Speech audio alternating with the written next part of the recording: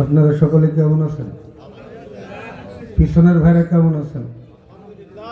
যদি ভালো থাকেন সকলে হাত তুলে বলেন আলহামদুলিল্লাহ। যারা দাঁড়িয়ে আছেন সকলকে অনুরোধ করব বসে যান। কোরআনের আদব রক্ষা করলে না জেনে এই মাহফিল আপনার আমার জন্য নাজাতের ওসিলা হতে পারে। কথা বলেন ঠিক না বেঠিক? এই জন্য যারা আশপাশে দাঁড়িয়ে আছেন, হাঁটা চলাফেরা করতেছেন, সকলকে অনুরোধ করব মাহফিল এসে বসে যান। আলহামদুলিল্লাহ আলহামদুলিল্লাহি নাহমাদুহু ওয়া নাস্তাঈনুহু ওয়া নাস্তাগফিরুহু ওয়া নু'মিনু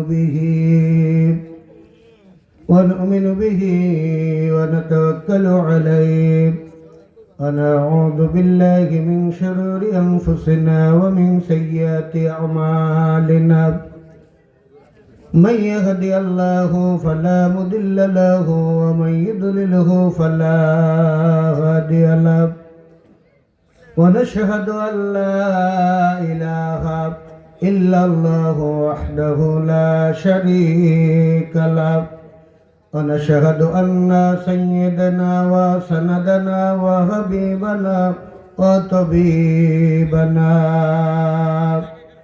ومولانا محمدا عبده ورسوله الذي أرسله بالحق بشيرا ونذيرا وداعيا إلى الله بإذنه وسراجا منيرا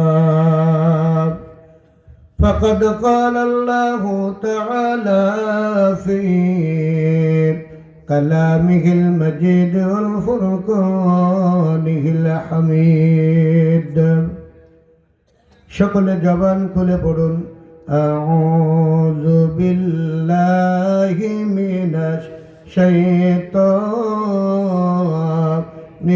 রাজীম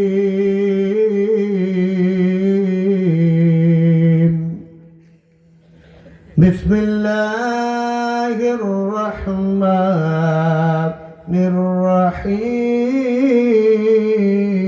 الرحيم قل يا عبادي الذين سرفوا على أنفسهم لا تقنطوا من رحمة الله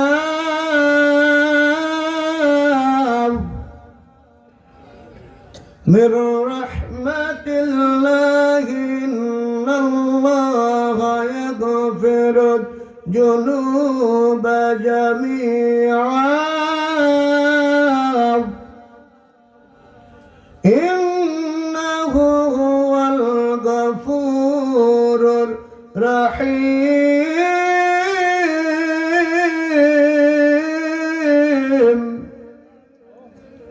قال رسول الله صلى الله عليه وسلم عائشة يا قوم حقرت الذنوب فإن لها طالبا رواه ابن ماجه قال الله تعالى في شأن حبيبي إن الله وملائكته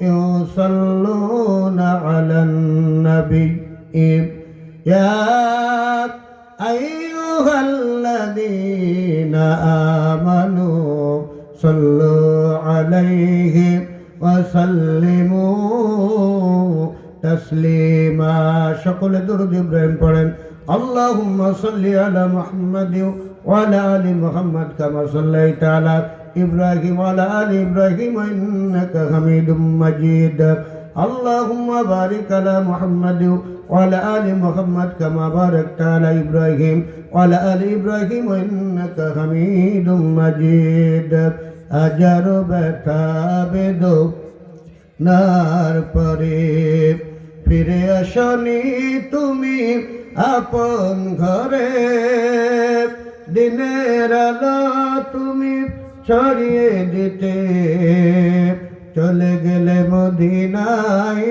মক্কা ছেড়ে হে রাসূল তোমাকে ভুলি আমি কেমন করে হে রাসূল,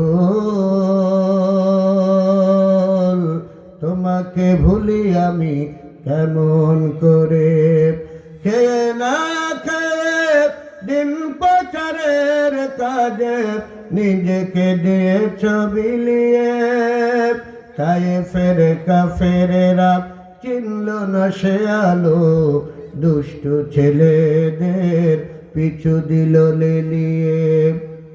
পাথরের আঘাতে ক্ষত বিক্ষত হয়ে সারা শরীর থেকে রক্ত ঝরে, হে রাসূল তোমাকে ভুলি আমি কেমন করে। লা ইলাহা জোরে লা ইলাহা সুবহানাল্লাহ আলহামদুলিল্লাহ লা ইলাহা লা ইলাহা লা ইলাহা ইল্লাল্লাহু মুহাম্মাদুর রাসূলুল্লাহ। সকলে বলি সাল্লাল্লাহু আলাইহি ওয়াসাল্লাম। নাহমাদুহু ওয়া নুসাল্লি আলা রাসূলিল কারীম। আম্মা বাদ। আরোহা শালিনাপাড়া কেন্দ্রীয় কবরস্থানের উন্নয়ন কল্পে ষষ্ঠ বার্ষিক ইসলামী ওয়াজ মাহফিল। আজকের মাহফিলের সভাপতির আসনে বসে মঞ্চকে অলঙ্কৃত করলেন আমার ওস্তাদতুল্য ব্যক্তি, গোটা বাংলাদেশের গৌরব, বিশিষ্ট আলেমেদিন অধ্যক্ষ শাইখ মোহাম্মদ আব্দুল বাতেন বারাকাল্লাহু লানা ফি হায়াতিকা, কাঞ্চনপুর ইলাহিয়া কামিল মাদ্রাসা বাসাইল টাঙ্গাইল। আজকে প্রধান অতিথি প্রকৌশলী মোহাম্মদ তাওসিফ রহমান মিশু, সিনিয়র সহকারী সচিব, পরিবেশ বন ও জলবায়ু পরিবর্তন মন্ত্রণালয়। উদ্ভাবক সহকারী অধ্যাপক ডাক্তার মাসুদুর রহমান। আজকের মাহফিলের আপনাদের সামনে এতক্ষণ আলোচনা করে ধন্য করলেন যিনি, আমার বড় ভাই, ওস্তাদ, গোটা বাংলাদেশের তারুণ্যের উচ্ছ্বাস, বিশিষ্ট আলেমেদিন শায়েখ হাফেজ মাওলানা হারুনুর রশিদ আনসারী, ধর্মতত্ত্ব আন্তর্জাতিক পুরস্কারপ্রাপ্ত খতিব, আরোহা শালিনাপাড়া কেন্দ্রীয় জামে মসজিদ, যিনি তৃতীয় বক্তা হিসেবে আলোচনা করে ধন্য করেছেন, আলা শাইখ মোহাম্মদ লোকমান হোসেন অধ্যাপক, হাবলা টেঙ্গুরিয়াপাড়া কামিল মাদ্রাসা সহ আজকের এই মাহফিলের সম্মানিত পরিচালক, মঞ্চে বসা সর্বকালের সর্বযুগের সর্বশ্রেষ্ঠ জাতির সন্তান ওলামায়ে হযরত, সামনে বসা বিভিন্ন বয়সের দিন দরদি তাকওয়াবান ধর্মপ্রাণ মুসলমান বৃন্দ, পর্দার অন্তরে অবস্থানরত অবলা সরলা শিক্ষিতা, সর্বগুণে গুণান্বিতা মা এবং বোনেরা, সকলকে জানাই আমার অন্তরের অন্তরস্থল থেকে সালাম মুবারকবাদ। সকলকে জানাচ্ছি আসসালামু আলাইকুম ওয়া রাহমাতুল্লাহ। আপনারা কি রাগ করেছেন? সালামের জবাব যেরকম দিলেন, আমার মেহেরপুরে দুইজন মহিলা যদি ঝগড়া করে এর থেকে সাউন্ড বেশি হয়। কি কষ্ট পাইলেন? আপনারা কি দুঃখ পাচ্ছেন নাকি? আপনারা সকলে কেমন আছেন? সকলে ভালো আছেন তো? যে মহান আল্লাহ সুবহানাহু ওয়া তাআলা দয়া করে, মায়া করে, করুণা করে, রহম করে আপনাদেরকে, আমাদেরকে পৃথিবীর বিশ্বের মহাবিশ্বয় কোরআনুল কারীম থেকে কিছু সময়ের জন্য আলোচনা শোনার জন্য যে শারীরিক সুস্থতা দরকার, আপনাকে আমাকে দান করে এই কোরআনের মাহফিলে আসার, বসার এবং দিনী আলোচনা শোনার ব্যবস্থা যে মহান রব্বুল আলামিন করে দিলেন, আমরা যারা আসতে পারলাম, বসতে পারলাম, এই জন্য আমি আপনাদেরকে আগে জিজ্ঞেস করি, বেজার হয়েছেন কে কে? আমরা সকলে বেজার না খুশি? একটু জবান খুলে বলেন, খুশি না বেজার? যদি খুশি থাকি তাহলে সকলেই মনের সমস্ত আবেগ অনুভূত উজাড় করে দিয়ে, কুটিলতা, জটিলতা, ব্যতিলতা পেছনে ফেলে দিয়ে একমাত্র, শুধুমাত্র, কেবলমাত্র সেই মহান সত্তার দরবারে আকাশ বাতাস মুখরিত করে মনের সমস্ত অনুভূতি উজাড় করে দিয়ে কুটিলতা জটিলতা ব্যতিলতা পেছনে ফেলে দিয়ে একমাত্র শুধুমাত্র কেবলমাত্র সেই মহান আলিশান দরবারে শুকরিয়াতার শুধু উদযাপন করে সকলে বসে আলহামদুলিল্লাহ। আরো জোরে বলুন আলহামদুলিল্লাহ। লক্ষ্য করে দরুদ সালাম বিশ্বজানের শ্রেষ্ঠ পয়গম্বর, বিশ্ব মানবতার মুক্তির দিশারি, বিশ্ব মানবতার মুক্তির দূত, আশরাফুল আম্বিয়া, খতামুন নবীন, দোজাহানের বাদশা, রহমতুল আলামিন, বিশ্ব নেতা, বিশ্ববরেণ্য ডাক্তার, বিশ্ববরেণ্য বিজ্ঞান, বিশ্ববরেণ্য দার্শনিক, বিশ্ববরেণ্য রাজনীতিবিদ, সাফায়তের কান্ডারি, রহমতের ভান্ডারী, বিশ্ব নেতা জনাবে মুহাম্মদ রাসূলুল্লাহ। সকলে একবার মোহব্বতের সাথে বলুন সাল্লাল্লাহু আলাইহি ওয়াসাল্লাম। সম্মানিত ভাইয়েরা আমার, সম্মানিত আপনজনেরা আমার আগে আমার বড় ভাই শেখ হাফেজ মাওলানা হারুনুর রশিদ আনসারী সাহেব অত্যন্ত জ্ঞানগর্ভ আলোচনা করছিলেন। আপনাদের আমি বিশ্বাস করি যে ভাই আলোচনাগুলো করছিলেন, এই আলোচনার কথাগুলো মানলে ইহকালীন শান্তি এবং পরকালীন মুক্তির ব্যবস্থা করে দেবেন কি? জোরে বলেন আল্লাহ করে দেবেন। এতে কোনো সন্দেহ আছে নাকি? কোনো সন্দেহ নাই। রাত অনেক হয়ে গেছে। আমি যদি 3 ঘন্টা আলোচনা করি, আপনারা বসে থাকবেন। লোক কিভাবে ঠেকে রাখতে হয় এই কৌশল জানা না থাকলে মেহেরপুর থেকে আমি এখানে আসি নাই। কি কথা মনে বোঝাতে পারছি নি? তো কথা হলো বাবা, 3 ঘন্টা আলোচনা করে যদি এখন 11টা বাজে, 12টা, 1টা, 2টা বেজে যাবে, ফজরের নামাজ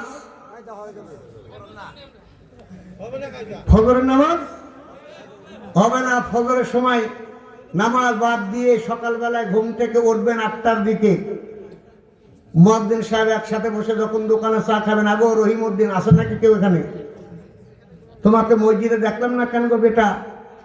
কবে চাচার বললেন না? মেহেরপুর থেকে আমাদের জিল্লুর ভাই আসছিল, আলোচনা করতে করতে কখন 2টা বেজে গেছে খেয়াল করি নাই। তো বাড়িতে এসে শুতে শুতে 2:30টা বেজে গেল। আজান কখন হয়েছে টের পাইনি। আমি আপনাদের বিবেকের কাছে জিজ্ঞেস করতে চাই, বলেন এই রকম ইসলামী জলসা তাফসির মাহফিল বাংলাদেশে যত হয়, সব যদি এক পাল্লায় দেওয়া হয়, মুমিনের একটা সেজদা যদি এক পাল্লা দেওয়া হয়, আমার উস্তাদতুল্য ব্যক্তি, আমার সম্মানিত সভাপতি আছে, জিজ্ঞেস করেন এক পাল্লায় যদি গোটা পৃথিবীর তাফসীরুল কোরআন মাহফিল দেওয়া হয়, আর মুমিনের একটা সেজদা যদি এক পাল্লায় দেওয়া হয়, এই এক পাটটা মুমিনের সেজদার দাম আমার আল্লাহর কাছে অনেক অনেক অনেক বেশি। ঠিক আছে সম্মানিত ভাইয়েরা আমার, সেজদার কত দাম? রাসূল আকরাম সাল্লাল্লাহু আলাইহি সাল্লামকে জিজ্ঞেস করলো, হুজুর বলেন আল্লাহ এবং বান্দা কোন সময় সবচেয়ে নিকটবর্তী হয়? আল্লাহর হাবিব বললেন, বান্দা এবং আল্লাহ ওই সময় নিকটবর্তী হয় বান্দা যখন তার কপালটা সেজদার জন্য আল্লাহর জমিনে লুটায় দেয়।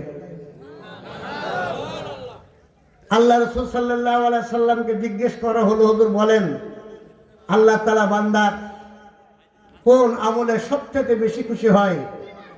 আমল অনেক রয়েছে, নামাজ, রোজা, হজ, যাকাত, তাসবিহ, তাহলিল, জিকির, আজকার, দান, সদকা, তাহাজ্জুদ, সব কিছু আছে। ও হুজুর বলেন তো আল্লাহ তাআলা বান্দার কোন আমলে সবচেয়ে বেশি খুশি হয়? আল্লাহর হাবিব সাল্লাল্লাহু আলাইহি সাল্লাম বলেন, বান্দা যখন তার কপালটা আল্লাহর জমিনে আল্লাহর বড়ত্ব প্রকাশ করার যখন এই কপালটা জমিনে লুটায় দেয়। সম্মানিত ভাইরা আমার, তাহলে বলেন সেজদার দাম আল্লাহর কাছে আছে না নাই? জোরে বলেন আছে না নাই? সম্মানিত ভাইরা আমার, আল্লাহর একজন ফেরেশতা, খুব দামি ফেরেশতা, যেই ফেরেশতার কাজ হলো আল্লাহর পক্ষ থেকে নবীদের কাছে ওহী নিয়ে আসতো। যেই ফেরেশতার নাম হলো হযরতে জিবরিল আমিন। নাম কি বললাম? হযরত জিবরিল আমিন। আমি একটু জিজ্ঞেস করলে আপনারা কথা বলবেন, কারণ আমি বলি যে আপনাদের এলাকার ভাষা আমি জানি না, কিন্তু আমার মেহেরপুরের ভাষা, জমির জো যদি ভালো হয় চাষ কিন্তু ভালো হয়। জো বোঝেন না? জমির জো যদি ভালো হয় চাষ ভালো হয়। জমি যদি হয় সানকা, সানকা পর্যন্ত জমি যদি হয় সানকা, চাষও হবে আনকা। এখন শ্রোতা যদি ঘুমানো হয় বক্তাও ঘুমিয়ে যাবে। এই জন্য আমি যতক্ষণ আলোচনা করব খুব বেশি সময় না, আপনার একটু সুবহানাল্লাহ আলহামদুলিল্লাহ যদি মন খুলে বলেন তাহলে জানবো যে না আমার আলোচনা আপনারা শুনতে আগ্রহী, আমারও ঘুম আসবে না, আপনাদেরও কষ্ট হবে না, এটা আমি বুঝে নেব। যে একটু সুবহানাল্লাহ আলহামদুলিল্লাহ আমরা মন খুলে বলবো তো ইনশাআল্লাহ। সম্মানিত ভাইয়ের আমার, জিবরিল আমিন আল্লাহ তাআলাকে একবার বললেন, আল্লাহ বলেন তো আপনি বান্দা আপনার সৃষ্টির ভিতরে কোন কাজে কোন আমলে সবচাইতে বেশি খুশি হন? আল্লাহ তাআলা বললেন জিবরিলে, কোন সৃষ্টি যদি আমার সম্মানের জন্য আমার বরত্ব প্রকাশের জন্য তার মাথাটা সেজদায় লুটিয়ে দেয় আমি আল্লাহ তাআলা সবচাইতে বেশি খুশি হয়ে যাই। বন্ধুরা আমার, তো জিবরিল আমিন চিন্তা করলেন যেমন একটা সেজদা দেব যেই সেজদাটা আল্লাহ তাআলার কোন সৃষ্টি ইতিপূর্বে দেয় নাই। আল্লাহু আকবার। সেই একটা সেজদা দিলেন, সেই সেজদাটা একদিন না 2 দিন না 30,000 বছর ধরে। কত বছর? যারা সুবহানাল্লাহ বললেন না এদের মনে হয় এই বাড়ি থেকে গিন্নির সাথে ওয়াদা করে আসছেন, হুজুর যতই বলুক মুখ একেবারে শামুকের মতো খামটি মেরে থাকবে। কি সুবহানাল্লাহ বলে গুনাহ হবে না সওয়াব হবে? জোরে বলেন। আরে বাবা, দুনিয়াতে আমরা নেতা নিয়ে ব্যস্ত থাকি, অমুক নেতার চরিত্র ফুলের মতো পবিত্র, নেতা নামাজ পড়ে না একক। তো কি কথা কয় না, কথা কয় না বন্ধুরা আমার। তো জিবরিল আমিন একটা সেজদা দিলেন, যেই সেজদাটা হলো কত বছর? আপনি আমি কয় ঘন্টা লাগে একটা সেজদা? কয় দিন লাগে? 1 মাস, 1 বছর।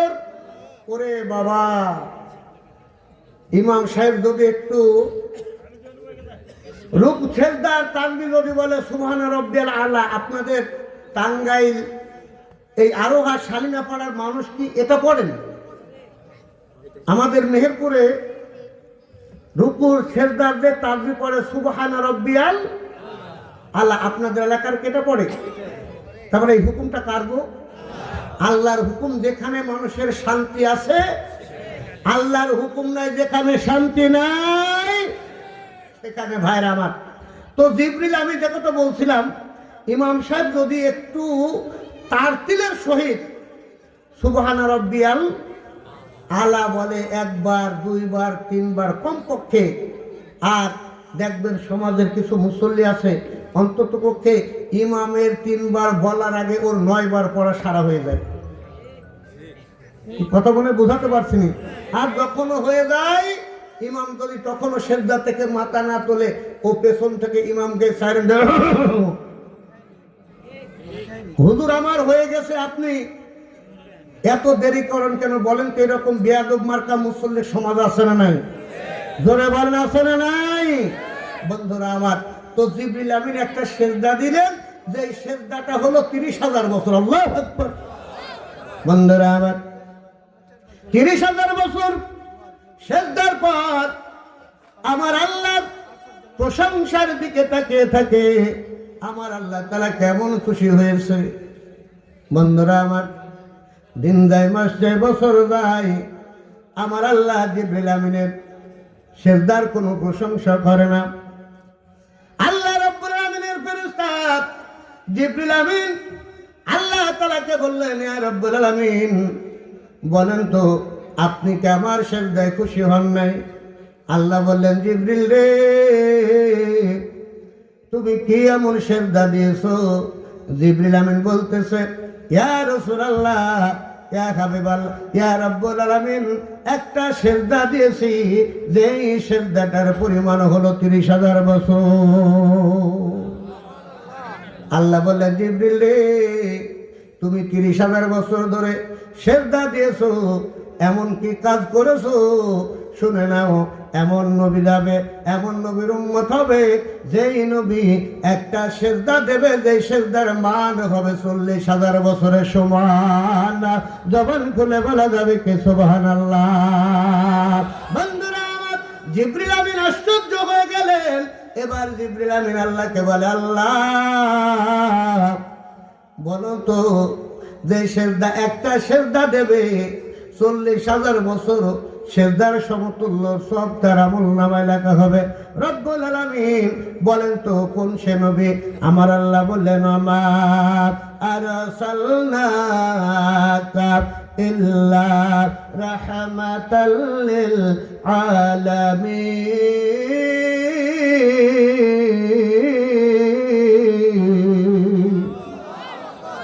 আল্লাহ বললেন উনি হলেন সেই নবী যেই নবীকে আমি আল্লাহ গোটা জগৎবাসীর জন্য রহমত স্বরূপ প্রেরণ করলাম।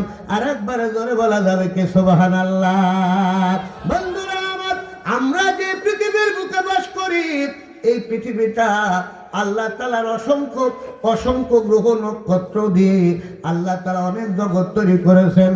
বন্ধুরা আমার, আল্লাহ তাআলার যত জগৎ আছে সমস্ত জগতের ভিতরে সবচাইতে ছোট যে জগৎ, সেই জগতের নাম হলো পৃথিবী জগৎ। কি জগৎ? পৃথিবী জগৎ। আর এমন জগৎ আমার আল্লাহ রাব্বুল আলামিন একটা না দুইটা না, এমন জগৎ আল্লাহ তাআলা ৮৩,০০০ জগৎ আল্লাহ তৈরি করেছেন। আর ৮৩,০০০ জগতের রাহমাতুল আলামিন আমার বিশ্ব নবীকে বানিয়ে দিয়েছেন। জবান খুলে বলা যাবে কি সুবহানাল্লাহ। বন্ধুরা আমার, তাহলে যে নবী ৮৩,০০০ জগতের রহমাতুল আলামিন যাকে বানিয়ে দিয়েছেন, তাহলে সেই নবীর সম্মান মর্যাদা কম না বেশি? শুধু তাই না, যে নবীর উম্মতেরা একটা সেজদা যদি ৪০,০০০ বছরের সমতুল্য সব হয়, ও মুসলমান বলেন তো, তাহলে সেই নবীর সম্মান আমার আল্লাহর কাছে কম না বেশি? কেমন বেশি? খেয়াল করেন, অন্য নবী যারা ছিল অনেক সম্মানিত নবী এই পৃথিবীর বুকে এসেছে, আর প্রত্যেকটা নবী রাসূলের একটা দায়িত্ব ছিল, ওয়ালাকাদ বা'আসনা ফি কুল্লি উম্মাতির রাসূলা আন ইবুদুল্লাহ মা লাকুম মিন ইলাহিন গায়রু। জবান খুলে বলা যাবে কি আল্লাহু আকবার। আল্লাহ বললেন বান্দা, প্রতিটা নবী রাসূল তার কমদেরকে ডাকতো, হে আমার কম জাতিরা, হে আমার জাতি ভাইরা, তোমরা সে আল্লাহর গোলামি করো, আল্লাহর দাসত্ব করো। আর তোমরা আল্লাহর গোলামি ছাড়া, তোমরা আল্লাহর দাসত্ব ছাড়া, আল্লাহর হুকুম ছাড়া কারোর কাছে বশ্যতা স্বীকার করো না। বন্ধুরা আমার, আর এই প্রত্যেকটা নবী রাসূল তার উম্মতের জন্য যে কোনো জায়গায় ইবাদত করলে তাদের ইবাদত আল্লাহ কবুল করতেন না। কিন্তু বন্ধুরা আমার, এখানে আমার ওস্তাদ আজকের সম্মানিত সভাপতি সাহেব রয়েছেন, আমি যদি মঞ্চ থেকে নেমে যাই, জিজ্ঞেস করবেন হুজুর যেটা বললো সেটা কি ঠিক বলেছেন? আপনি ব্যবসা করছেন, মসজিদ অনেক দূরে, আচ্ছা বলেন মসজিদ অনেক দূরে, মসজিদে যেতে পারছেন না, আপনি যদি আপনার এই ব্যবসা প্রতিষ্ঠানে যদি নামাজ পড়ে ফেলেন, হুজুর নামাজ হবে কি হবে না? কি নামাজ? বন্ধুরা আমার, আপনি বড় চাষি মানুষ, সারাদিন কাজ করতেছেন, মসজিদ অনেক দূরে, মসজিদে যাওয়ার সুযোগ নাই, কিন্তু বন্ধুরা আমার, আপনি নামাজ পড়তে চান, কিন্তু বলেন তো জমিনে যদি আপনার মাথাটা লুটায় দেন, আপনার নামাজ হবে কি হবে না?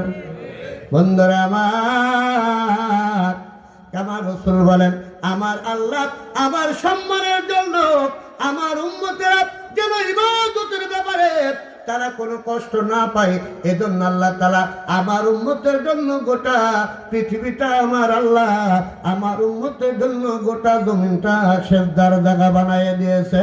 জবান খুলে বলা যাবে কি সুবহানাল্লাহ। আল্লাযী জাআলা লাকুমুল আরদা ফিরাশান ওয়াস সামাআ বিনাও ওয়া আনজালা মিনাস সামা'i মাআন ফাআখরাজা বিহি মিন সামারাতিন রিজকান লাকুম ফালা তাজআলু লিল্লাহি আনদাদা ওয়া আনতুম তা'লামুন। জবান খুলে বলা যাবে কি সুবহানাল্লাহ।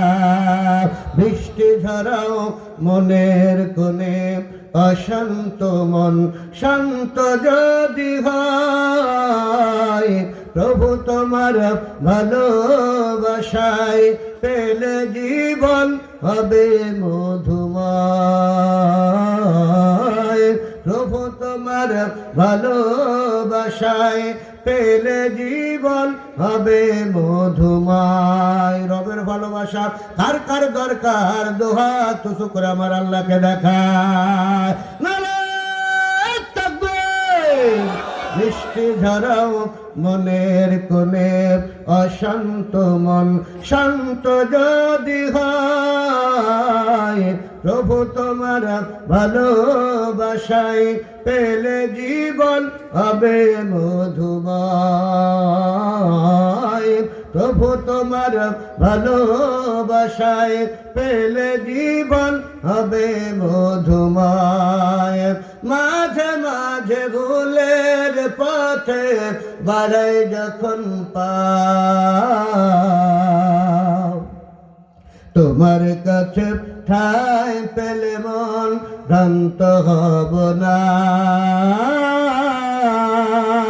মাঝে মাঝে ভুলের পথে বাড়াই যখন পাও, তোমার কাছে ঠাই পেলে মন ভ্রান্ত হব না। তুমি যদি দূরে রাখো, তুমি যদি দূরে রাখো, আসবে পরাজয়।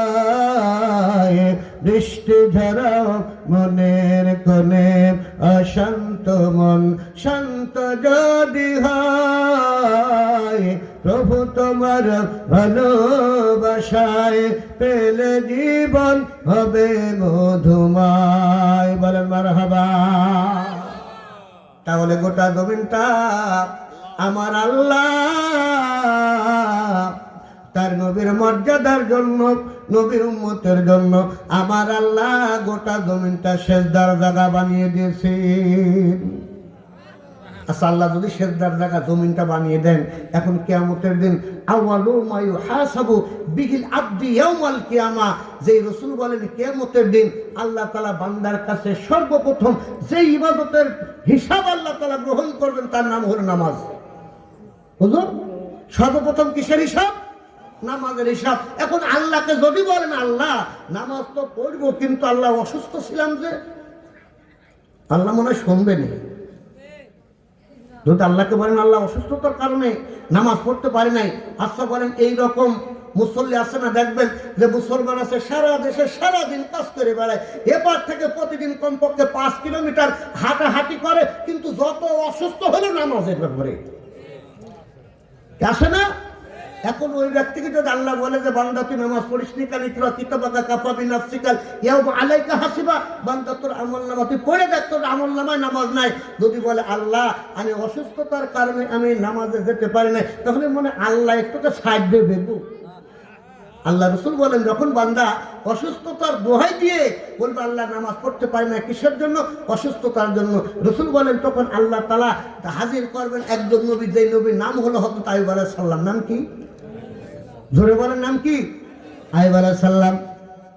বন্ধুরা আমার, যে আইয়ুব আলাইহিস সালাম যাকে একদিন না 2 দিন না, তাকে 18 বছর আল্লাহ তাকে পীড়া দিয়েছিলেন। কয় বছর? 18 বছর। ও বন্ধুরে, যে 18 বছরে একজন নবীকে আল্লাহ তাআলা পরীক্ষার জন্য পীড়া দিয়েছিলেন, আইয়ুব আলাইহিস সালামের জীবনের ভিতরে দেখলাম যে আইয়ুব নবীর গোটা শরীরটা পোকায় জর্জরিত হয়ে গেল। ও বন্ধুরা আমার, তার শরীর থেকে যখন পোকা খসে খসে পড়তো, তখন ওই পোকাকে আবার আল্লাহ নবী আইয়ুব আলাইহিস সালাম ধরে তার শরীরে লাগাই দিতেন আর বলতেন, ও আল্লাহর বা আল্লাহর সৃষ্টি পোকারে, আল্লাহ তাআলা আমাকে তোকে খাওয়ার জন্য আল্লাহ যখন পাঠিয়ে দিয়েছে।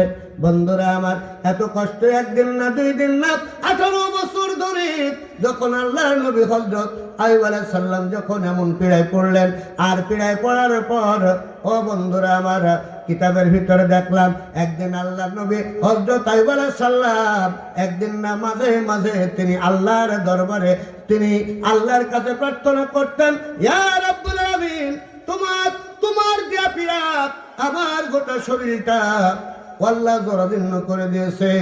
রব্বুল আলামিন তোমার কাছে ফরিয়াদ করি, আল্লাহ দয়া করে তুমি আমার এই গোটা জিহ্বাটা আল্লাহ তুমি পীড়া মুক্ত রেখে দাও।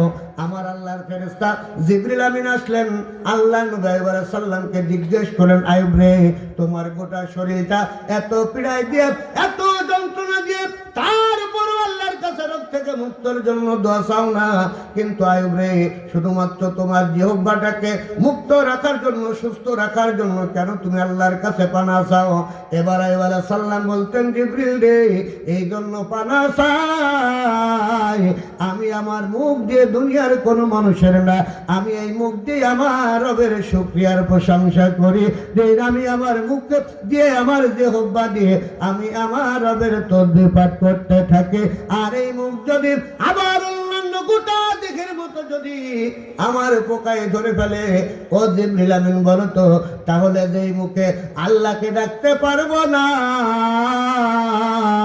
ওই তার থেকে আমার জীবনে আর এর থেকে বড় কিছু হতে পারে না। জবান খুলে বলা যাবে কি সুবহানাল্লাহ। বন্ধুরা আমার, যে কথা বলছিলাম বাজার, আল্লাহ তাআলা গোটা পৃথিবীটা উম্মতের জন্য, নবীর উম্মতের জন্য আল্লাহ তাআলা সেজদার জায়গা বানিয়ে দিয়েছেন। ইমিয়া সাহাবতের ভিতরে ইমাম গাজ্জালী রাহমাতুল্লাহ আলাইহি বলেন, আল্লাহর এক ওলি তিনি রাস্তা দিয়ে যাচ্ছেন, যেতে যেতে পথের ভিতরে একটা কুত্তার সাথে দেখা। কুত্তা চেনেন তো? কুত্তার আর একটা নাম হলো আমাদের মেহেরপুরের লোক বলে কুকুর। আপনারা কি বলেন? এখন এই কুকুর, ইমাম গাজ্জালী রাহমাতুল্লাহ আলাইহি বলেন, আল্লাহর ওলি তখন কুত্তাকে ডেকে বলতেছেন, কুত্তারে, তোর সব জিনিস আমার ভালো লাগে, কিন্তু তোর যে তিনটা খাজলত আমি সহ্য করতে পারি না। খাজলত কয়টা? সকলে বলেন কয়টা? তিনটা খাজলত আমি সহ্য করতে পারি না। এখন কুত্তা বলছে, হুজুর আপনি তো আল্লাহর ওলি মানুষ, আপনার সাথে বেয়াদবি করলে তো হালাক হয়ে যাব। তো হুজুর একটু যদি বলেন যে তিনটা খাজলত আপনি সহ্য করতে পারেন না, হুজুর যদি তিনটা জিনিস বলতেন তাহলে আমি নিজেকে একটু সংশোধন করে নিতাম। তো কুত্তার কথা শুনে আল্লাহর ওই বান্দা বলতেছে, কুত্তারে, তোর এক নম্বর যে কাজ, তিনটা খাদ্য তোমার সহ্য হয় না। দেখেন তো আমার মেহেরপুরের কুত্তার যে খাজলত, যে কাজ, আপনাদের টাঙ্গাইলের কুত্তার একই খাজলত আছে কিনা একটু মিলাই নেন তো ভাই। এক নম্বর কি? আল্লাহ বলতেছে, তোর এক নম্বর খাজলত হলো, তুই যখন প্রসাব করিস, এই প্রসাব করার সময় সব সময় এক ঠ্যাং উঁচা করে প্রসাব করিস। আপনাদের টাঙ্গাইলের কুকুর কি করে ভাই? আর এক নম্বরের ভিতরে এই কুত্তা যখন প্রসাব করে, দেখবেন এই কুত্তা প্রসাব করার সময় ও কিন্তু ভালো জায়গায় প্রসাব করে না। ওকে মনে করে একটা ফর্সা জায়গায়, ওকে আপনি কোরমা, পোলাও, বিরিয়ানি, দামি দামি গোস্ত ওর সামনে দেবেন, আর যদি বলেন তোকে এখানে প্রসাব করা লাগবে, ও কুত্তা তুই প্রসাব কর, দেখবেন ওই কুত্তা কিন্তু প্রসাব করবে না। কোন জায়গায় করে আপনাদের এলাকার কুত্তা? দেখবেন ঘরে সইন্সি যেটা, 2 নম্বর হলো গাছের গোড়ায়, আর 3 নম্বর হলো আমাদের মেহেরপুরে ভাষায় বলে সারগর্ত। সারগর্ত চেনেন আপনারা? তো এই সারগর্তে প্রসাব করে। তো কুত্তাকে আল্লাহর ওলি বলতেছে, কুত্তারে, তুই এমন জায়গায় প্রসাব না করে এই অকাসর জায়গায়, যেখানে মানুষ চলাফেরা করে না, ওই জায়গায় এমন খারাপ জায়গায় প্রসাব করিস কেন? কুত্তা তখন হাসতেছেন, বলতে, হুজুর আপনি তো বলেছেন খাজলত হলো তিনটা, তার ভিতরে 1 নম্বর খাজলতের কথা তো বললেন, 2 নম্বর খাজলতটা বলেন। তখন আল্লাহর ওলি কুত্তাকে বলতেছেন, তো 2 নম্বর খাজলত যেটা আমার কাছে খারাপ মনে হয়, তুই যেই বাড়িতে থাকিস ওই বাড়িতে যদি কোনো ফকির ঢোকে, এই ফকির ঢোকার সাথে সাথে তুই এমন চিৎকার চেঁচামেচি ঘেউ ঘেউ শুরু করিস, ওই ফকির বেটা গরিব মানুষ, ও পেটের দেয় ভিক্ষার জন্য, তোর মনিবের বাড়ি গেল, তুই ঢুকতে দিস না। দেখবেন খেয়াল করে, যদি কোনো বাড়িতে কুকুর থাকে আর যদি কোনো ফকির ওই বাড়িতে যদি সে ঢোকে, এমন ভাবে ও চিৎকার শুরু করে, এমন ডাকাডাকি শুরু করে, শেষ পর্যন্ত ওই ফকির বলতে বাধ্য হয়, ও মা তোর ভিক্ষি লাগবে না, আগে তুই তোর কুকুর ঠেকা। বলেন নেই? তিন নম্বর হলো আল্লাহ বলি বলতেছে কুত্তারে তো 3 নম্বর আমার সবথেকে বেশি খারাপ লাগে, সবাই যখন ঘুমিয়ে থাকে, তুই রাতের বেলায় তুই বান্দা যখন ঘুমিয়ে থাকে তখন তুই চিৎকার চেঁচামেচি বেশি করিস, কারণটা কি? এই 3টা অভ্যাস আপনাদের টাঙ্গাইলের আরোহা শালিনীপাড়া কেন্দ্রীয় গৌরস্থান এই যে এই ময়দানে যারা আছেন আপনাদের এলাকার কুকুরকে এই 3টা চরিত্র আছে বন্ধুরা আমার। এবার কুত্তা বলে হুজুর ভালো করে বোঝেন, এবার কুত্তা বলে হুজুর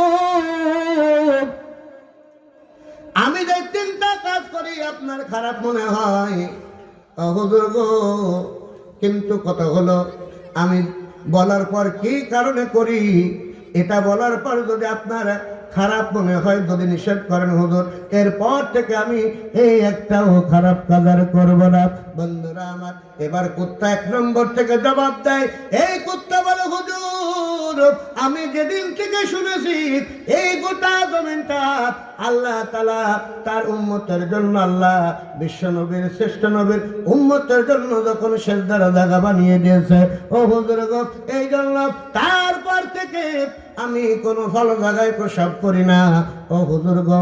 আমার সব সময় মনে হয় আল্লাহ তার নবীর উম্মতের জন্য যখন সেজদার জায়গা বানিয়ে দিয়েছে, এখন যদি আমি ভালো জায়গায় প্রসাব করি তাহলে আল্লাহর কোন গোলাম যদি সেই রবের গোলামির জন্য তার সেজদার জন্য যদি তার কপালটা জমিনে সেজদা দিয়ে দেয়, তাহলে আমি চুপচাপ হয়ে আল্লাহর কাছে এই পাপের জবাবদিহি করতে পারবো না। এবার হুজুর বলেন ও হুজুর গো, উদ্দেশ্য ভালো না খারাপ? কথা বলেন। তাহলে তুই কেন ঠ্যাং তুলে প্রসাব করিস? এবার কুত্তা বলে হুজুর গো, এই জন্য প্রসাব করার সময় 1 ঠ্যাং তুলে প্রসাব করি, কারণ হলো এই জন্য প্রসাব করি যাতে করে প্রসাব যখন করি তখন যেন ওই নাপাক আমার শরীরে না লাগে। একবার জোরে বলা যাবে কি সুবহানাল্লাহ? ও বন্ধুরা আমার, আর আমাদের সমাজের ভিতরে এক শ্রেণীর যুবক আছে বাবা, দেখবেন প্যান্ট এমন করা পড়ছে, ও প্যান্ট পরে তো বসে প্রসাব করার ক্ষমতাও নাই। ও যদি প্যান্ট পরেছে বাবা টাইট, এই প্যান্ট পরে যদি ও বসে প্রসাব করতে যায় এমন ভাবে মুখ খুশে পড়ে যাবে, ওর মুখ খুশে পড়ার কারণে ওর সামনের 3টা দাঁত ভেঙে যাবে। আবার কি করে দেখবেন বাবা, আপনাদের টাঙ্গাইলের যুবকের কথা বলতে পারবো না, আমি আমার মেহেরপুরের যুবকের কথা বলছি রে বাদান। এ যখন প্রসাব করে, এই প্রসাব করার সময় দাঁড়িয়ে এমন ভাবে সেন্টটা খুলে দিয়ে প্রসাব করে, আর প্রসাব করার সাথে সাথে প্রসাব যখন হয়ে যায় তখন এমন টুকা দিয়ে আবার সেন্টটা এঁটে দেয়, ওর কুলুপও ধরে না, বসে প্রসাব করে না। ও যুবক রে, হাতে ধরে পায়ে ধরে অনুরোধ করে দেয় বন্ধুরা আমার, হয়তো আপনার একটা সময় আপনার জীবনে হেদায়েতের রাস্তা আল্লাহ দিতে পারেন। আল্লাহ রাব্বুল আলামিন হেদায়েতের মালিক হওয়ার কারণে আল্লাহ বলেন ইন্নাল্লাহা ইয়াহদি মান ইয়াশা। জবান খুলে বলা যাবে কে সুবহানাল্লাহ? আমার আল্লাহ বললেন বান্দারে আমি হলাম হেদায়েতের মালিক, আর যাকে খুশি আমি আল্লাহ তাআলা হেদায়েত দিয়ে দিই। বন্ধুরা আমার, এই জন্য যুবক হয়তো তুমি হেদায়েতের রাস্তা পেতে পারো, কিন্তু বন্ধুরে আমার, কিন্তু যে প্রসাবের ব্যাপারে সতর্ক হও না, নাজাসাতের ব্যাপারে সতর্ক হও না। মনে রেখো, তুমি যদি মরে যাও কবরের কঠিন আযাব থেকে তোমার রেহাই করার কোনো আমল নাই। বন্ধুরা আমার, আল্লাহ নবী চলতেছেন, সাথে হযরত আবু বকর রয়েছেন, হযরত উমর রাদিয়াল্লাহু তাআলা রয়েছেন, কবরের পাশ দিয়ে যাচ্ছেন। আল্লাহ নবী সাল্লাল্লাহু আলাইহি সাল্লাম এই কবরের পাশ দিয়ে যাওয়ার পর নবী লক্ষ্য করলেন একটা কবরের ভিতর আযাব শুরু হয়েছে। আল্লাহ রাসূল সাল্লাল্লাহু আলাইহি সাল্লাম তখন দাঁড়িয়ে গেলেন। আল্লাহ নবী তার 2 সাহাবীকে বললেন, সাহাবীরা তোমরা কি বলতে পারো কবরটা কার? এবার সাহাবীরা বলতেছে, হুজুর এই লাশটা বেশি দিনের এখনো কবর হয় নাই। আল্লাহ নবী বললেন, এর আপনজনকে আল্লাহর নবীর কথা শুনে যখন তার স্ত্রীকে ডাকা হলো, স্ত্রী যখন আসলো, আসার পর আল্লাহ রাসূল জিজ্ঞেস করলেন, ও মহিলারে, তোমার স্বামী নাকি আমার সাহাবী ছিল? ওই মহিলা বলতেছে, ইয়া রাসূলুল্লাহ, ইয়া হাবিবাল্লাহ, এই আমার স্বামী আপনার সাহাবী ছিল, আপনার পেছনে নামাজ পড়েছে, আপনার সাথে জিহাদে অংশগ্রহণ করেছে, আপনার সাথে সব আমলগুলো করেছে। আল্লাহর নবী তখন বললেন, ও মহিলারে, যদি সব আমল করে থাকে তাহলে এর ব্যাপারে এমন কি খারাপ কাজ রয়েছে, তুমি কি তার সম্পর্কে তোমার জানা আছে? ওই মহিলা বলতেছে, ইয়া রাসূলুল্লাহ, ইয়া হাবিবাল্লাহ, শুনে নেন, এই মহিলার আমার স্বামীর যে খারাপ কাজটা হলো সেটা হলো, আমার স্বামী যখন প্রসাব পায়খানার ব্যাপারে, নাজাসাতের ব্যাপারে সে সতর্ক থাকতো না। এজন্য বিশ্বনবী আমার বললেন, ও আমার সাহাবীরা শুনে নাও, আমার সাহাবী হওয়ার পরেও এই প্রসাবের ব্যাপারে সতর্ক না থাকার কারণে আমার আল্লাহর ওই কবরের আযাব থেকে আমার সাহাবী হওয়ার পরও নিষ্কৃতি পায় না। যে ভয়াবহ কবর সম্পর্কে আমার রব্বুল আলামিন কুরআনুল কারীমের ভিতরে কত সুন্দর করে বললেন, ইয়া আইয়ুহাল্লাযীনা আমানুত্তাকুল্লাহা হাক্কা তুকাতিহি ওয়া লা তামুতুন্না ইল্লা ওয়া আনতুম মুসলিমুন। জবান খুলে বলা যাবে আল্লাহু আকবার। তোমার গহনা দিল ফুক রাইয়া যাবে, গহনা দিল ফুক রাইয়া যাবে, যৌবনে লাগবে ভাটি, ওই যে দেখো ডাকিতেছে তোমার কবরের মাটি। বলেন ঠিক কিনা? ওই যে দেখো ডাকিতেছে তোমার কবরের মাটি। সন্ধ্যার আগে যেদিন ডুবিবে বেলা,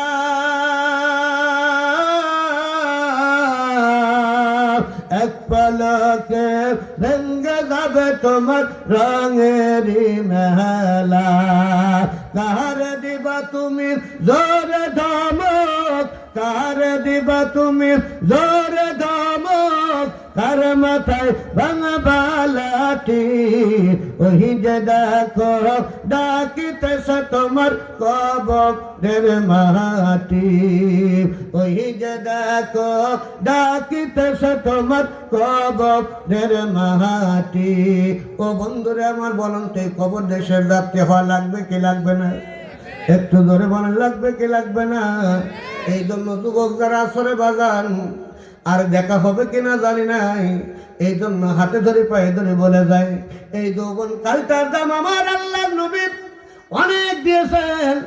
যেই যুবকের মর্যাদা সম্পর্কে আল্লাহ রাসূল সাল্লাল্লাহু আলাইহি সাল্লাম বলেন, নবী আমার মন খারাপ করে বসা, জিবরিল আমিন আসলেন, এসে বলতেছেন, ইয়া রাসূলুল্লাহ, ইয়া হাবিবাল্লাহ, আপনার মন খারাপ কেন? আল্লাহ রাসূল বলতেছেন, ইয়া জিবরিল রে, বলো তো আমি লোকটা কেমন, আমি নবী কেমন? আমি নবী খারাপ না ভালো? এবার জিবরিল আমিন বলতেছে, ইয়া রাসূলুল্লাহ, ইয়া হাবিবাল্লাহ, আমি উত্তর থেকে দক্ষিণ, পশ্চিম থেকে পূর্ব সব জায়গায় এমন কোন জায়গা নাই আমি জিবরিল পদার্পণ করি না। আল্লাহর নবী বললেন, জিবরিল রে, তাহলে তুমি বলো তো এই গোটা পৃথিবীর খবর কি তুমি তোমার জানা আছে কিনা? এবার জিবরিল আমিন বলতেছে, ইয়া রাসূলুল্লাহ, ইয়া হাবিবাল্লাহ, আমি আল্লাহ তাআলার ফেরেশতা ওহীবাহক হওয়ার কারণে পৃথিবীর সমস্ত কোন জায়গায় কি আছে আমি বলে দিতে পারবো। আল্লাহ রাসূল বললেন, ও জিবরিল রে, তাহলে তুমি কোন জিনিস তোমার জানা নাই? এবার জিবরিল আমিন বলতেছে, ইয়া রাসূলুল্লাহ, ইয়া হাবিবাল্লাহ, শুনে নেন, কোন যুবক সন্তান যদি তার এই যৌবনকালটা আমার আল্লাহর প্রেমে আসক্ত হয়ে যদি তার একটা সেজদা জমিনে লিটায়ে দেয়, আল্লাহর ফেরেশতা জিবরিল আমিন বলতেছে, ইয়া রাসূলুল্লাহ, ইয়া হাবিবাল্লাহ, এই একটা সেজদার মূল্য আমার আল্লাহর কাছে এত বেশি, এত দাম বেশি। ইয়া রাসূলুল্লাহ, ওই সব লেখার জন্য সমস্ত ফেরেশতা কুল্লা হুড়াহুড়ি প্রতিযোগিতা বাঁধিয়ে দেয়। আমি জিবরিল বলতে পারবো না কি পরিমাণ সব আল্লাহ তার ওই যুবক বান্দার নামে লিখে দেয়। জবান খুলে বলা যাবে কি সুবহানাল্লাহ। যুবকের দিকে নজর নাই, ওই ইসলামের হুকম তোর ভালো লাগে না, ইসলামের আদর্শ ভালো লাগে না। ও বাবা পাশ্চাত্যের সাংস্কৃতিক ধারণ করে বসে আছে। কি কথা বলেন নাই? হাতে দিয়েছে বাবা চুরি, এত বড় রাখছে চুল, পেছন দিক থেকে বোঝা যায় না ও ছেলে না মেয়ে। আছে না? এই বিশ্বকাপ শুরু হওয়ার সম্ভবত 15 দিন কি 1 সপ্তাহ আগে আমি আমার বাজারে বসে আছি, গান্ধী বাজারে। একটা ছেলে দেখলাম সারা মাথা টাক, এই টিকটির ওপর একটু চুল রেখে দিয়েছে ঘোড়ার লেজের মতো। আমি জিজ্ঞেস করছি, বাবা তোমার এই অবস্থা কেন? সব চুল টাক করেছো, এখানে একটু চুল রেখে দেওয়ার এর শানে নজর কি? বলছে হুজুর আপনি হুজুর মানুষ, আপনি তো চুল রাখার হাকিকত আপনি বলবেন না। কি কথা বলবেন না? তো আমি বলছি বুঝবো না, মানে একটু বুঝাই কও দেখি বাজান। তো বলছে হুজুরে যে বিশ্বকাপ খেলা চলছে। তা আমি বললাম বাজান বিশ্বকাপ খেলা চলছে, তাতে তোমার বাবজির কি? কি কথা বলবেন না? বিশ্বকাপ কোন জায়গায় হচ্ছে, তাতে তোমার বাবার ঘরে খেলা না, আমার দেশের খেলোয়াড় সেখানে খেলছে না। তো বলছে হুজুরে বিশ্বকাপের ফজিলত আপনি কি বলবেন? তো বাবা তুমি চুল রাখছো এইভাবে কেন, কারণটা কি? বলছে হুজুর আমি যেই প্লেয়ারে খেলা ভালোবাসি, ও যেভাবে চুল রাখছে আমি ওইভাবে চুল কেটে চুল রেখে ভালোবাসার বহিঃপ্রকাশ ডাকছে। আচ্ছা বলেন এইভাবে চুল রাখতে রাখতে ও যদি চান্দি শিলা বান্দির বাচ্চা হয়, ওর জীবনের কোনো কল্যাণ হবে কি? জোরে বলেন কল্যাণ হবে? অথচ আল্লাহ তারা কি বললেন দেখেন, বলিন কুনতুম তুহিব্বুনাল্লাহ ফাত্তাবিউনি ইউহিব্বুকুমুল্লাহ ওয়া ইয়াগফির লাকুম যুনুবাকুম ওয়াল্লাহু গফুরুর রহিম। জবান খুলে বলা যাবে কি সুবহানাল্লাহ। আমার আল্লাহ বললেন বান্দা কুল ইন কুনতুম তুহিব্বুনাল্লাহ, আল্লাহ তার নবীকে ডেকে বললেন নবী গো তুমি আমার বান্দাদেরকে বলে দাও আল্লাহর ভালোবাসা যারা পেতে চায়, আল্লাহর ভালোবাসা যাদের দরকার। ও বন্ধুরা আমার, সামনে যারা বসে আছেন আওয়ামী লীগের লোকেরা ভাইরা আছেন, কেউ বা বিএনপির ভাইরা আছেন, কেউ তবলিগ জামাতের ভাইরা আছেন, কেউ বা ফুরফুরার ভাইরা আছেন, কেউ শস্যিনার ভাইরা আছেন। ও বন্ধুরা আমার, এখানে সামনে যারা বসার বাজার, দলের পার্থক্য থাকতে পারে, মতের পার্থক্য থাকতে পারে, নেতার পার্থক্য থাকতে পারে, আপনার আমার রাজনীতির পার্থক্য থাকতে পারে, কিন্তু বন্ধুরা আমার আপনাদের কাছে একটা বিষয় জানতে চাই বাজান, আমরা আল্লাহর ভালোবাসা কারা কারা পেতে চাই? দুহাত উঁচু করে আমার আল্লাহকে দেখায়। নারায়ে তাকবীর। বন্ধুরা আমার, এই জন্য আল্লাহ ডেকে বললেন নবী গো তাদেরকে বলে দাও যারা আল্লাহর ভালোবাসা যারা পেতে চায় ফাত্তাবিউনি, আপনি রাসূলের যেন তারা ইত্তেবা করে।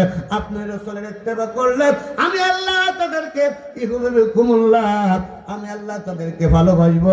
আর শুধু ভালোবাসবো তাই না, ওয়া ইয়াগফির লাকুম যুনুবাকুম, আমি আল্লাহ আপনি রাসূলের ইত্তেবা করার কারণে আমি আল্লাহ এদের জীবনের সব গুনাহ গুলি মাফ করে দেব। জবান খুলে বলা যাবে কি সুবহানাল্লাহ। বন্ধুরা আমার, তাহলে কুত্তা দাঁড়িয়ে প্রসব করে, দাঁড়িয়ে এক ঠ্যাং তুলে প্রসব করে, কারণ হলো এই কুত্তার শরীরে যেন নাপাক না লাগে, আর ভালো জায়গায় প্রসব করে না, কারণ হলো একটাই, সেটা হলো ওই জমিনটা যেন আল্লাহর কোন বান্দা যখন সিজদা দেয় এই সিজদার জন্য যেন জায়গাটা নাপাক না হয়ে যায়। একবারে বলুন সুবহানাল্লাহ। হুজুর বলেন উদ্দেশ্য ভালো না খারাপ? হুজুর বলে উদ্দেশ্য তো ভালো। তাহলে তোর 2 নম্বর উদ্দেশ্য, যে 2 নম্বর যেই খাদ্যটা আমার কাছে খারাপ মনে হয়, তুই যেই বাড়িতে থাকিস ওই বাড়িতে, তুই যেই বাড়িতে থাকিস ওই বাড়িতে যদি কোনো ফকির ভিক্ষা করার জন্য ডাক যায়, দরজার কাছে দাঁড়ানোর সাথে সাথে কেন তুই এইভাবে তাড়া দিস, কেন ঘেউ ঘেউ করিস, কারণটা কত গরিব মানুষ। এবার কুত্তায় হাসন দেয় আর বলে হুজুর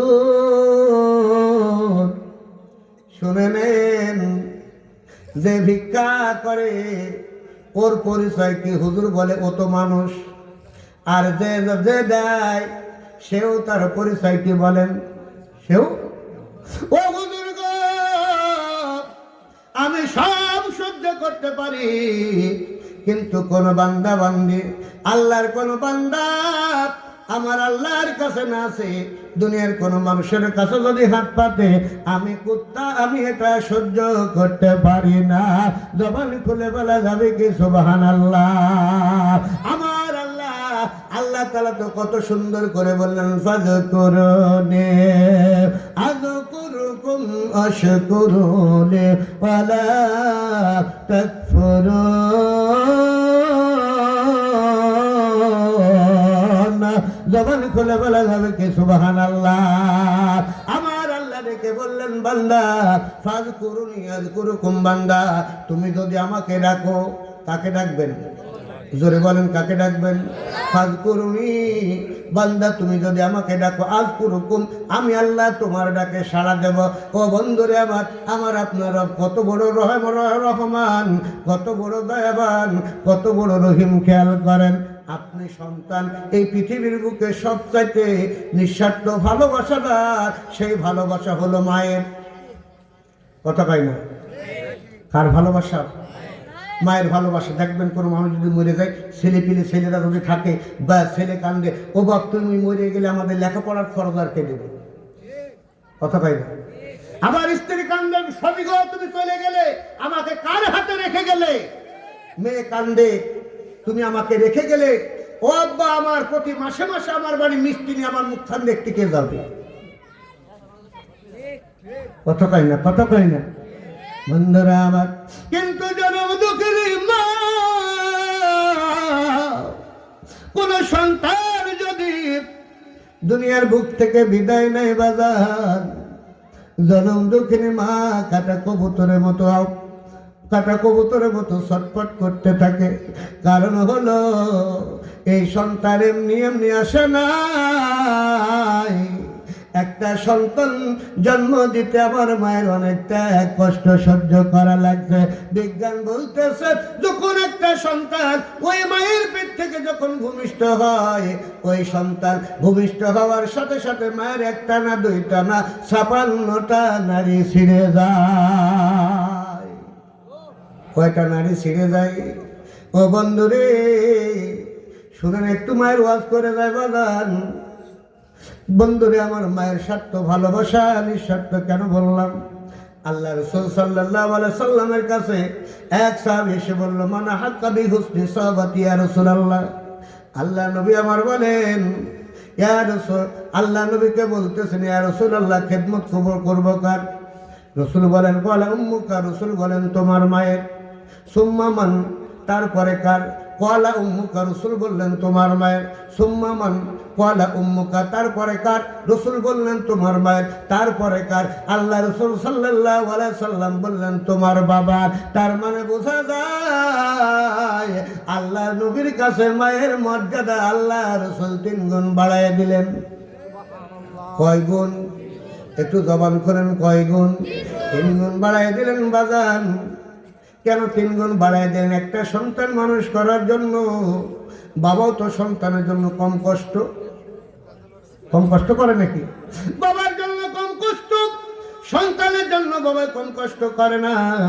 মাও তো কষ্ট করে, বাবাও কষ্ট করে, কিন্তু আল্লাহ রাসূল আবার কেন মায়ের মর্যাদা 3 গুণ বাড়ায় দিলেন? ও বন্ধুরা আমার, এই কোরআন কত বড় নিয়ামত পূর্ণ, কোরআন কত বড় বরকতপূর্ণ, এটা আমরা বুঝি না রে যুবক। কিন্তু বন্ধুরা আমার, এই অমুসলিম যারা, ওই ইহুদি যারা, খ্রিস্টান যারা কোরআনের ভুল ধরা, কোরআন নিয়ে গবেষণা করত, তারা চেষ্টা করেছিল কোরআনকে ভুল ধরার জন্য।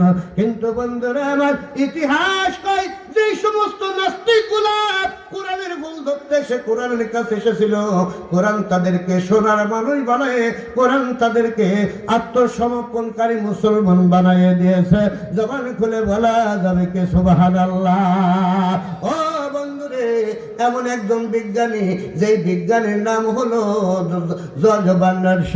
এই বার্নার্ড শ তিনি যখন ইসলামের নবীর ভুল ধরার জন্য তিনি যখন বলা শুরু করলেন, তাই তো মায়ের জন্য সন্তানের জন্য মাও কষ্ট করে, বাবাও কষ্ট করে, কিন্তু দিনের নবী কেন মায়ের মর্যাদা সন্তানের কাছে 3 গুণ বাড়ায় দিলেন? কারণটাকে বন্ধুরা আমার, এবার মায়ের কষ্ট নিয়ে যখন গবেষণা শুরু করলো, এই গবেষণা করতে করতে বিজ্ঞান যেটা পেল, যখন সন্তান মায়ের পেটের ভিতরে থাকে, প্রতিটা মায়ের পেটের ভিতরে সন্তানের জায়গা আমার আল্লাহ বরাদ্দ রেখেছেন 10 ইঞ্চি।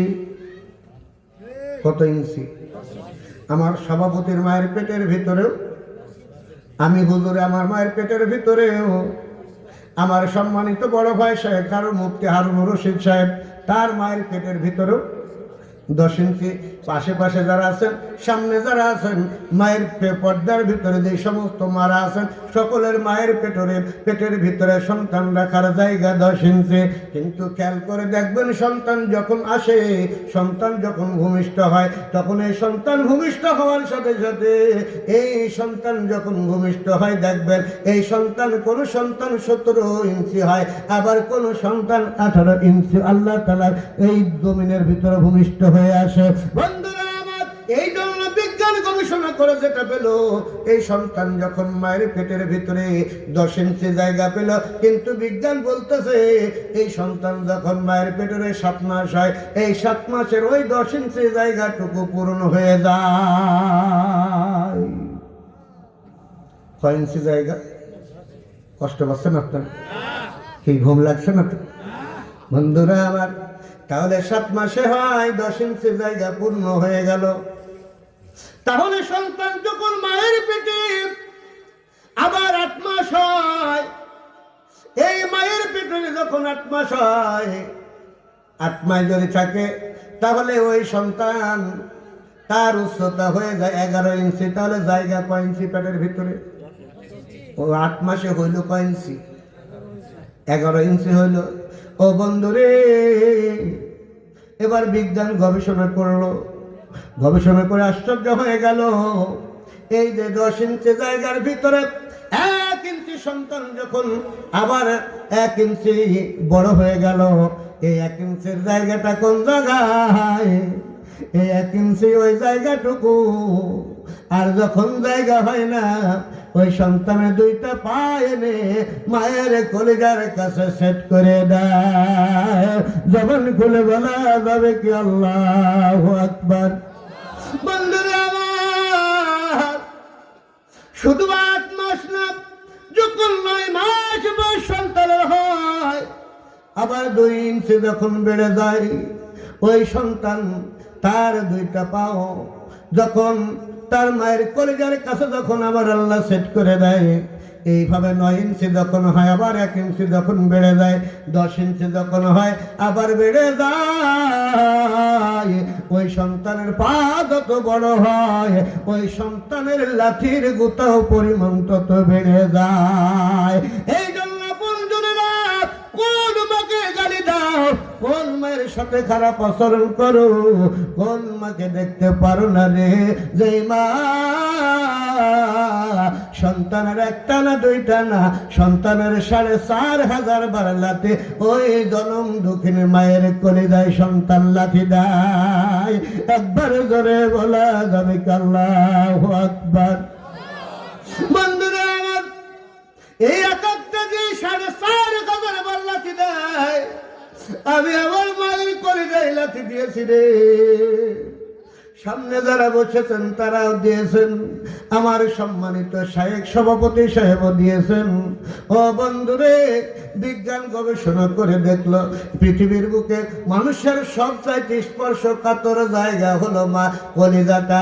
এই কলিজাটা এমন সূক্ষ্ম জিনিস, এই কলিজায় যদি একটু আঘাত লাগে সহ্য করতে পারে না, তাহলে কি করে সন্তান তার 4,500 লাথি, ওই সন্তানের লাথি কিভাবে সহ্য করে, লাথির ওজন কেমন হয়, এর কষ্ট কেমন হয়। এই জন্য বিজ্ঞান গবেষণা করে দেখলো, একটা লাথির পরিমাণ এত কষ্ট হয় রে, এটা যদি তামাম পৃথিবীর মানুষকে বা পুরুষকে ভাগ করে দেওয়া হয়, তবুও এই পুরুষ এটা সহ্য করতে পারবে না। জবান খুলে বলা যাবে আল্লাহু আকবার। ওরে মায়ের কান্দন জগত জীবন, দুই সর্বসবনের কান্দন রে, ঘর পরিবারের কান্দন কয়েকদিন পরে থাকে না। দুঃখের দরদি আমার জনম দুঃখী মা, গর্ভধারিণী মা, জনম দুঃখিনী মা। দুঃখের দরদি আমার জনম দুঃখী মা। 10 মাস 10 দিন মায়ের গর্ভে দিল ঠাই, রক্ত মাংস খায়া মায়ের ভাবে আইলাম ভাই। 10 মাস 10 দিন মায়ের গর্ভে দিল ঠাই, রক্ত মাংস খায়া মায়ের ভাবে আইলাম ভাই। ও সে সন্তান প্রসবের কালে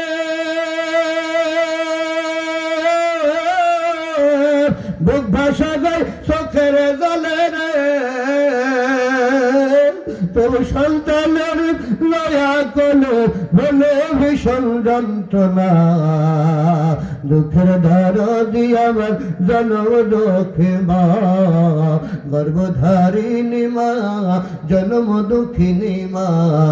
দুঃখের দরদি আমার জনম দুঃখী মা। বলেন মারহাবা। বন্ধুরা আমার, এই জন্য আমার রাসূল বলেছেন বান্দারে কুল্লু যুনুবি ইয়াগফিরুল্লাহু তাআলা মিনহা মা শাআ ইল্লা হুকুকুল ওয়ালিদাইনি। আল্লাহ রাসূল আমার বলেন বান্দা, আল্লাহ ইচ্ছা করলে বান্দার জীবনে সব গুনাহগুলি আল্লাহ মাফ করে দিতে পারেন, কিন্তু কোন বান্দা যদি, কোন সন্তান যদি মায়ের অবাধ্য হয়, মাকে কষ্ট দেয়, পিতার যদি কষ্ট দেয়, আল্লাহ রাসূল আমার বলেন এই পিতা মাতাকে কষ্ট দেয়, যেই কষ্ট দেয় ওই সন্তানের এই অবাধ্যতার ফল আল্লাহ দুনিয়ায় না দেখায় ওই পিতা সন্তানের মরণ দেবে না। আল্লাহু আকবার। বন্ধুরা আমার, এই জন্য বিশ্ব নবী আমার বলেন পিতামাতা সম্পর্কে বলেন হুমা জান্নাতুকা ওয়া নারুকা। রাসূল বললেন পিতামাতা হলো তোমার জন্য জান্নাত, পিতামাতা হলো তোমার জন্য জাহান্নাম। ও বন্ধুরা আমার, কারণ কি? কারণ হলো পিতামাতার সাথে এমন আচরণ যদি করেন রে বাজান, পিতামাতা যদি সন্তানের আচরণে খুশি হয়ে যায়, আল্লাহ রাসূল আমার বলেন মায়ের মন খুশি হওয়ার সাথে সাথে ওই খুশিটা আমার আল্লাহর আরশ মহল্লায় পর্যন্ত পৌঁছায় যায়। বন্ধুরা আমার, আপনজনরা, আল্লাহ রাসূল আমার বলেন 4টা জিনিসের দিকে তাকালে, ভালোবাসার মহব্বত দৃষ্টি দিয়ে তাকালে, আল্লাহ রাসূল বলেন এই 4টা জিনিসের দিকে যদি কোন উম্মত তাকায়, আল্লাহ রাসূল আমার বলেন যতক্ষণ তাকিয়ে থাকবে ততক্ষণ তার জীবনের সগীরা গুনাহগুলি আল্লাহ তাআলা মাফ করতেই থাকবেন। কয়টা দিকে? জোরে বলেন কয়টা দিকে? 1 নম্বর হলো বাগান বাইতুল্লাহর দিকে যদি কেউ তাকায়, ওর জীবনের সগীরা গুনাহগুলি আল্লাহ তাআলা মাফ করতে থাকেন। আর 2 নম্বর হলো রে বাজার, কোন সন্তান যদি মায়ের দিকে, বাপের দিকে ভালোবাসার দৃষ্টি দিয়ে যতক্ষণ তাকে থাকবে, ওই বান্দার, ওই সন্তানের জীবন থেকে আমার আল্লাহ সগীরা গুনাহগুলি মাফ করতেই থাকবে। আচ্ছা বলেন তো, তাহলে সন্তানের জন্য আসমান এবং জমিনের ভিতরে মা বাবার চাইতে এত বরকতময় জিনিস কার দ্বিতীয়টি খুঁজে পাওয়া যাবে? জোরে বলেন। কিন্তু কিছু কপাল পোড়া সরে বাজান, মায়ের মাথার তেল জটে না, সন্তান খবর নেয় না। বাপের পরনের পোশাক ছেড়ে দেয়, সন্তান পিতার খোঁজ নেয় না। কিন্তু দেখবেন যখন বাবা ওই বাবার দরবারে যখন যায়, তখন ভালো ভালো ফল কিনে এনে ওর বাপের, ওই পীর বাবার দরবারে যায়, পীর বাবার কদম বসি করে। এইরকম সন্তান আছে না নাই? জোরে বলেন আছে না নাই? এই জন্য বাজান রে, আপনি কোন পীরের মুরিদ আমার দেখার দরকার নাই, পীরের বিরুদ্ধে কথা বলি না রে বাজান। কিন্তু কথা হলো, আমি বলে যাই বাজান, যে পীরের দরবারে বাবা আপনি গেলেন, দামি দামি ফল কিনে নিয়ে গেলেন, ওই দামি ফল কিনে আপনার পীর বাবা যদি খায়, আপনার জন্য যদি খুশি হয়, এই খুশিটা পীর খুশি হওয়ার কারণে, এই খুশির জন্য যদি আপনার জন্য দোয়া করে, তো আপনার জন্য কবুল হতেও পারে, নাও পারে। কিন্তু বাজান রে, মায়ের সাথে, মাকে সন্তুষ্ট করার জন্য খুব বেশি দামি জিনিসের দরকার হয় না। ওই ওয়াজ শুনে যাওয়ার পথে যদি মায়ের জন্য একটা 5 টাকা বা 10 টাকার একটা লাড্ডু ছিলেন আপনারা, এই লাড্ডু যদি কিনে মায়ের হাতে দেন আর বাবার হাতে দেন, মা খুশি হয়ে যাবে। কথা কয় না? মা খুশি হবে রে বাজান, বাবাই খুশি হয়ে যাবে। আর বাবাই খুশি হয়ে গেলে, মা খুশি হয়ে গেলে রে বাজান, তোমার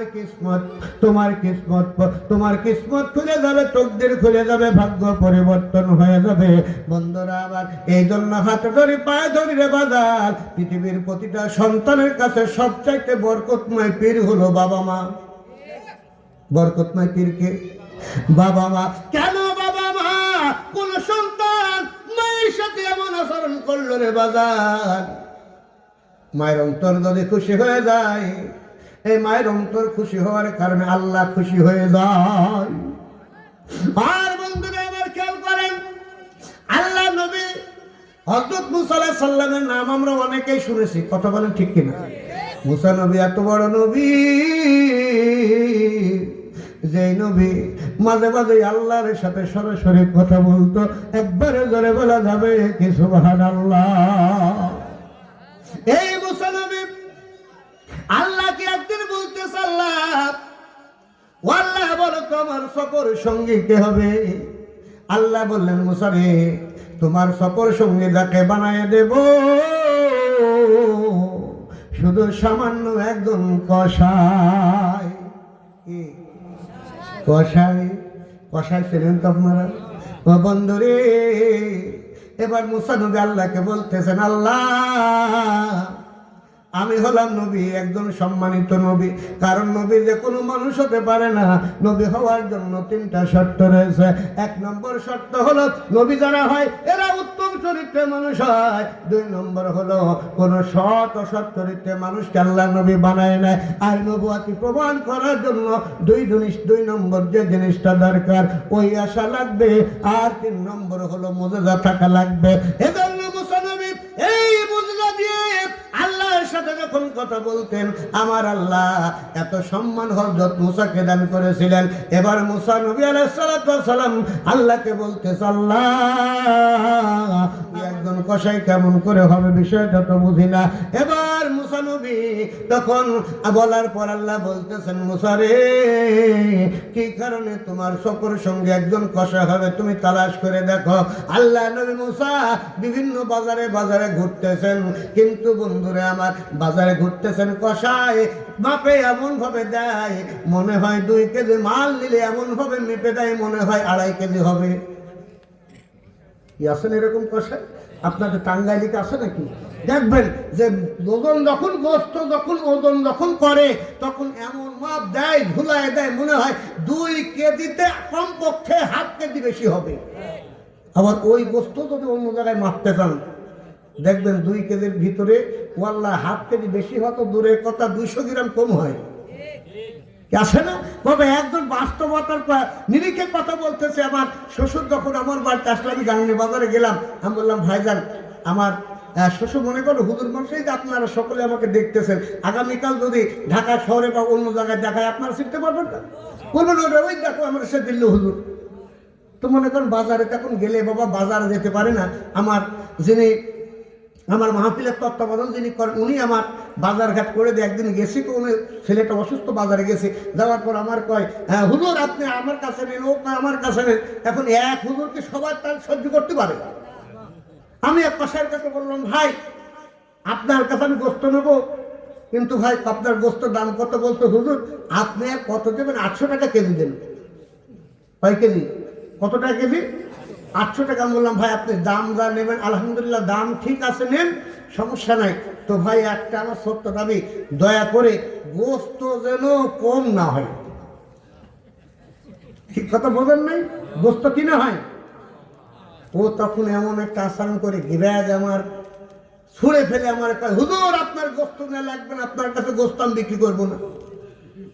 আমি চিন্তা করলাম, হাই হাই কেন কেমন কথা হইল, আমি ভুল কি বললাম? আমি বললাম শুধু মাপটা ঠিক দাও। বলতো, হুজুর আপনার আল্লাহর হুজুর মানুষ, দিনের আলেম, আপনাদের গোস্ত কম দিক আল্লাহর কাছে ধরা খাবো। আমি চিন্তা করলাম তাই তোরে ওয়াল্লাহ, এর কথা শুনে মনে হচ্ছে জান্নাত থেকে পালিয়ে আসা কোন ইমানদার। কি কথা বলেন নাই? তো আমি বললাম বাবা ঠিক আছে, তো তুমি গোস্ত দাবেন মাপে দরকারে কম না হয়। তো আল্লাহ কি বলবো, কসম করে বলছি গভীর রাত, ওই গোস্ত আমি নাম করবো না, ব্যবসায়িকের নাম করা যাবে না। কারণ এটা যদি তার কানে চাই বলবো হুজুরের কথা সব জায়গায় কই বেড়ায়, কারণ হুজুর দ্বারা আমরা কিন্তু বড় বিপদে আছি। কি কথা বোঝেন নাই? কেমন বিপদে? হুজুর যদি পাঞ্জাবের বহর যদি একটু বড় হয়, ও বাবা মাথার গরম করে, কি দেখিস শীতের দাম বাড়বে না কেন, হুজুরাই তো বাড়াইলু। আবার এই পাঞ্জাবের বহর যদি একটু ছোট হয়, তাও বিপদ। বিপদ কি বলবে, দেখিস বাবা দেখিস এই হুজুরের কাছে কি নামাজ হয়? এ জুব্বা পড়েছে না বিলাপ কুসকুস পড়েছে, হলো টেডি হুজুর। কি বলবে কি বলবে না? আবার হুজুর যদি দেখা যাচ্ছে বাবা একটু আসতে যায়, তাও কয় হুজুর এমন খাবার খাইছে নোটটি বাসে না। আবার যদি হুজুর ধরে যায়, তাও হলো বিপদ। তো বাবা এই গোস্ত যখন অন্য জায়গায় মাপলাম, 2 কেজি গোস্তের ভিতরে 250 গ্রাম কম। এরকম কম দেওয়ার ব্যবসায়িক সমাজ আছে না নাই? জোরে বলেন আছে না নাই?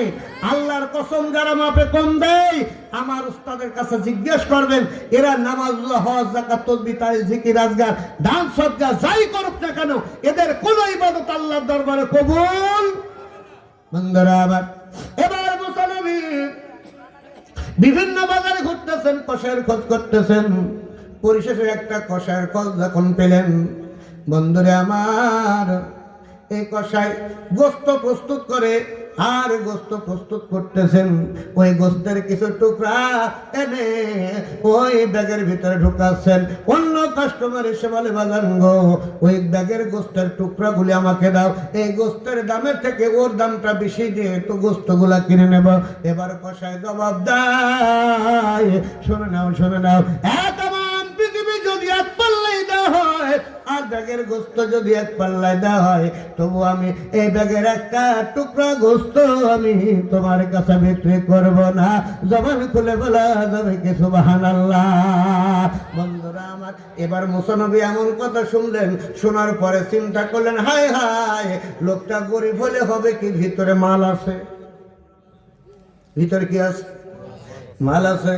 দাঁড়িয়ে থাকলেন। গোস্ত যখন শেষ হয়ে গেল, ওই গোস্তর ব্যাগটা নিয়ে যখন বাড়ির দিকে রওনা হলো, আর বাড়ির দিকে বাড়িতে যাওয়ার পর এই গোস্তর টুকরাগুলি যখন রান্না করলো, রান্না হয়ে যখন হয়ে গেল, ঘরের ভিতরে ঢুকলো।